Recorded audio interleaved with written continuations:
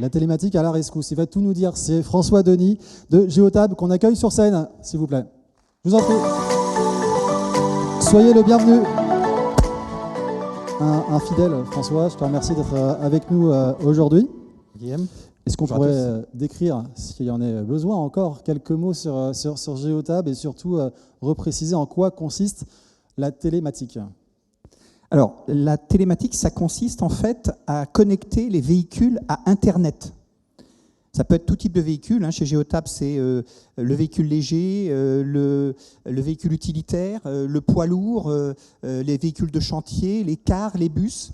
Ça consiste en fait à mettre un boîtier dans le véhicule, donc un boîtier qu'on branche. Alors chez Géotab, on le branche sur la prise OBD du véhicule, On-Board Diagnostic, c'est-à-dire c'est la prise de diagnostic du véhicule qui sert dans les ateliers ou pour la réparation. On va brancher en fait un boîtier qui a une carte SIM et qui va remonter les données sur Internet. Alors ça peut être de deux façons, ça peut être soit sous la forme en fait d'une plateforme, pour pouvoir voir de façon intelligible les données du véhicule, ou bien sous la forme d'API, c'est-à-dire en fait des flux informatiques qui vont aller directement sur les logiciels qui sont utilisés dans l'entreprise ou dans l'administration. Donc voilà, un mot peut-être sur Géotab. Géotab, c'est le numéro 1 mondial, avec 3,2 millions de véhicules connectés dans le monde, donc ça nous place très largement numéro 1 dans le monde. On est dans 153 pays, on est 2300 dans le monde, on est un petit peu partout maintenant, et comme je le disais, on est numéro 1 mondial. Peut-être une reprécision sur les types de données que remonte le boîtier dont je viens de parler. Donc on le branche dans le véhicule, il remonte 3 types de données. Le premier type de données, c'est les données du véhicule lui-même. Donc c'est très intéressant de savoir, d'avoir les codes de panne par exemple, ou de même jusqu'à savoir si le véhicule a ses pneus qui sont dégonflés. Ça peut être dangereux, ou bien ça peut faire des économies si on les regonfle. Ça peut être la consommation, ça peut être le kilométrage, en fait tout ce qui permet de gérer le véhicule. La deuxième catégorie de données, c'est les données concernant le conducteur. Il y a un accéléromètre, un gyroscope dans le boîtier, on va savoir si le conducteur accélère trop fort, s'il freine trop brusquement, s'il prend ses tournants trop brusquement. Ça a de grosses conséquences aussi sur la consommation, ça a des conséquences sur l'accidentologie, beaucoup. Donc on peut réduire beaucoup les accidents grâce à ça.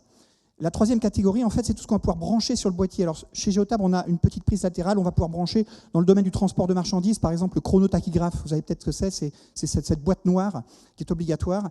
On va pouvoir remonter les données à distance. Ça peut être dans le transport de marchandises frigorifiques, la possibilité de remonter aussi les données concernant le froid, la chaîne du froid, etc. Donc, tout ce qui peut, une caméra peut se brancher aussi sur le boîtier. Donc, tout ce qu'on peut brancher en plus sur le boîtier.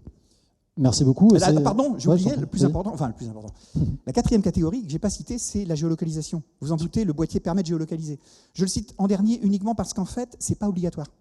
Certaines entreprises ne souhaitent pas mettre la géolocalisation et à ce moment-là, ils récupèrent tous les autres types de données. Pardon, j'avais oublié un point important. Pour le moins important, effectivement, c'est un nombre de véhicules aussi. C'est plus de 3 millions de véhicules connectés. Oui, c'est ça, 3,2 millions de véhicules. 3,2 millions connectés. Alors, comment est-ce que cette télématique, et celle de Géotab en particulier, peut aider les flottes publiques à respecter leurs obligations de transition vers le zéro émission? Comment vous pouvez les accompagner là? Je vais peut-être rappeler ce que c'est que ces obligations dont on parle. Ouais. La loi climat et résilience, en fait, oblige théoriquement toutes les flottes publiques, depuis déjà 2022, ça avait même commencé un peu avant, en 2022, c'est 30% des renouvellements faits dans l'année qui doivent être faits avec des véhicules basse émission, en l'occurrence, soit des électriques, soit des hybrides rechargeables. 30%, ce qui est quand même très important, et pour des flottes à partir de 20 unités déjà. Dans le domaine, par exemple, des flottes privées, l'exigence est moins forte, puisqu'on est à 10% en 2022 et on monte jusqu'à 50% en 2030. Je précise que pour les flottes publiques, c'est 70% en 2030. Donc ça va aller très très vite. Donc il y a cette obligation. Qu'est-ce qu'on peut faire pour passer à l'électrique? Parce que finalement, un gestionnaire de flotte, qui soit le gestionnaire d'une flotte publique ou d'une flotte dans une entreprise privée, se pose la question: quel véhicule est-ce que je peux passer à l'électrique par rapport à l'usage? Donc ce qu'on fait avec la télématique, c'est qu'on va positionner les boîtiers dans les véhicules thermiques. On va pouvoir vérifier quel est leur usage exact, le kilométrage parcouru chaque jour. Quelquefois, il y a même une saisonnalité, donc on va faire ça sur plusieurs mois. On va vérifier combien de temps le véhicule reste à l'arrêt. Ça va être le temps de charge demain. Donc on va savoir très précisément quel est l'usage de ce véhicule. Et on va pouvoir proposer très précisément des véhicules électriques qui correspondent à cet usage-là, avec des autonomies qui correspondent. Donc on va pouvoir précisément dire quels sont les véhicules électriques, alors pas en se basant sur l'autonomie WLTP qui est souvent un peu illusoire, on se demande comment on peut atteindre ces chiffres-là. On prend vraiment les chiffres constatés, on a quand même 3,2 millions de véhicules, donc vous imaginez qu'il y en a beaucoup maintenant qui sont électriques, et donc on a des chiffres très précis, et on peut savoir très précisément quel véhicule mettre en face. Donc voilà, et puis après, effectivement, ce qu'on peut faire, c'est vous aider donc à choisir les véhicules électriques qui vont pouvoir remplacer les thermiques, et il est important de savoir qu'on a fait une étude, et qu'on l'a publiée en septembre dernier, qui permet de savoir qui nous a permis de constater, on a vérifié à travers toute l'Europe et en France en particulier, que 50% des flottes d'entreprises peuvent passer dès aujourd'hui à l'électrique. De façon économique, c'est-à-dire intéressant d'un point de vue économique, et avec un usage identique. Et c'est même 60% pour les véhicules utilitaires. Et on a même calculé en fait quelle est cette économie potentielle sur un temps de détention de 7 ans du véhicule. On va pouvoir économiser 8 600 €. Et ça, c'est sans tenir compte des aides de l'État, prime à la reconversion, etc. Donc c'est vraiment très intéressant financièrement de passer à l'électrique, et la télématique peut vous y aider. Merci beaucoup. Alors, est-ce que cette télématique, elle peut aussi aider, encourager à réduire finalement dans l'absolu le nombre de véhicules, et en particulier dans les villes? Alors effectivement, la télématique, elle est aussi utile pour ça. C'est-à-dire qu'on l'a vu, on peut étudier l'usage, et quand on se rend compte que les véhicules sont peu utilisés, pour un certain nombre d'entre eux, à ce moment-là, ces mêmes véhicules peuvent être partagés. C'est-à-dire qu'on va être passé en multiconducteur. Ça se fait beaucoup maintenant dans les flottes publiques, dans les flottes privées également, cette possibilité de passer en multiconducteur. Alors évidemment, on peut le faire avec des échanges de clés. C'est-à-dire qu'on fait de l'autopartage en échangeant les clés physiquement, mais c'est toujours extrêmement compliqué. Ou avec des boîtes à clés, mais c'est très compliqué. La meilleure solution, c'est de le faire avec une solution type keyless, ce qu'on commercialise chez Geotab, qui permet en fait avec un smartphone d'ouvrir et de fermer le véhicule. Donc en fait, on a une réservation, on prend le véhicule et on peut l'échanger. Donc ça peut être vraiment un moyen de réduire la taille des flottes et donc de faire de grosses économies, tout en maintenant le même usage des véhicules. Après, il y a autre chose aussi, c'est que je recommande vraiment aux municipalités de favoriser l'autopartage dans les villes pour les citadins, puisque l'association de l'autopartage a récemment publié dans sa dernière étude que entre 3 et 8 véhicules privés disparaissent à partir du moment où il y a un véhicule en autopartage dans les villes. Donc je vous encourage vraiment à mettre à disposition des places de stationnement en voirie, par exemple, pour favoriser l'autopartage. L'œil du gestionnaire de flotte publique, quelle est sa motivation pour être accompagné par une solution télématique dans sa gestion de flotte publique en particulier?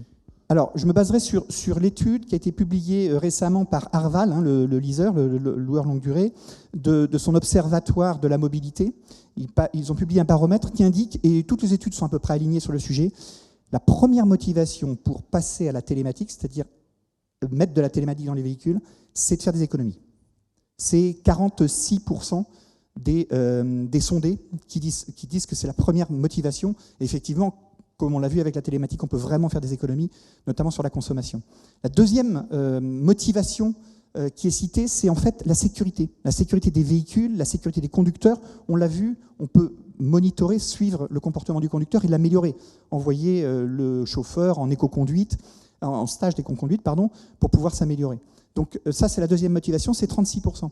Et puis après, il y a tout un tas d'autres raisons pour mieux gérer sa flotte, bien entendu, pour réduire ses émissions de CO2, etc. Il y a plein de bonnes raisons de mettre de la télématique. Alors, on veut du concret, on a déjà partagé, mais est-ce que vous avez un exemple d'entreprise, un cas en tout cas d'usage, d'une entreprise qui aurait vraiment utilisé cette télématique pour baisser significativement, s'il vous plaît, l'empreinte, le bilan carbone en l'occurrence? Alors, on a bien sûr plein d'exemples. Je vais vous citer juste un, parce que je trouve très intéressant. Petite société, 70 véhicules, des gros Rangers, vous imaginez des gros véhicules, qui tractent en fait ce qu'on appelle des bases de vie. C'est-à-dire ce sont comme des grosses caravanes qui vont pouvoir rester en autonomie sur des sites éloignés ou sur des chantiers.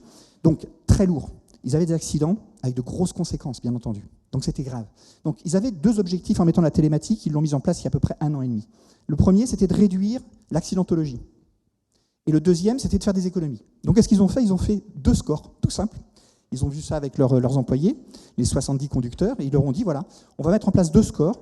Et ils leur ont proposé que ces scores donnent lieu au paiement de leur prime. Alors, ils ont basé une partie de la prime mensuelle de ces chauffeurs sur ces scores-là.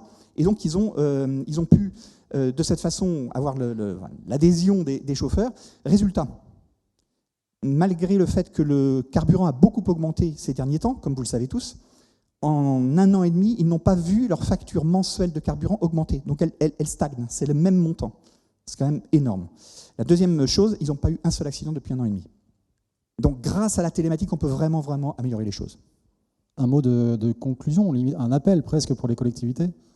Alors, une conclusion, on va dire. Moi, je dirais 3 choses. Grâce à la télématique, faites des économies. Grâce à la télématique, passez à l'électrique. Et grâce à la télématique, partagez vos véhicules. Merci beaucoup. C'était le mot de la François Denis. C'est simple, efficace. Merci. Merci. Le message est passé parfaitement.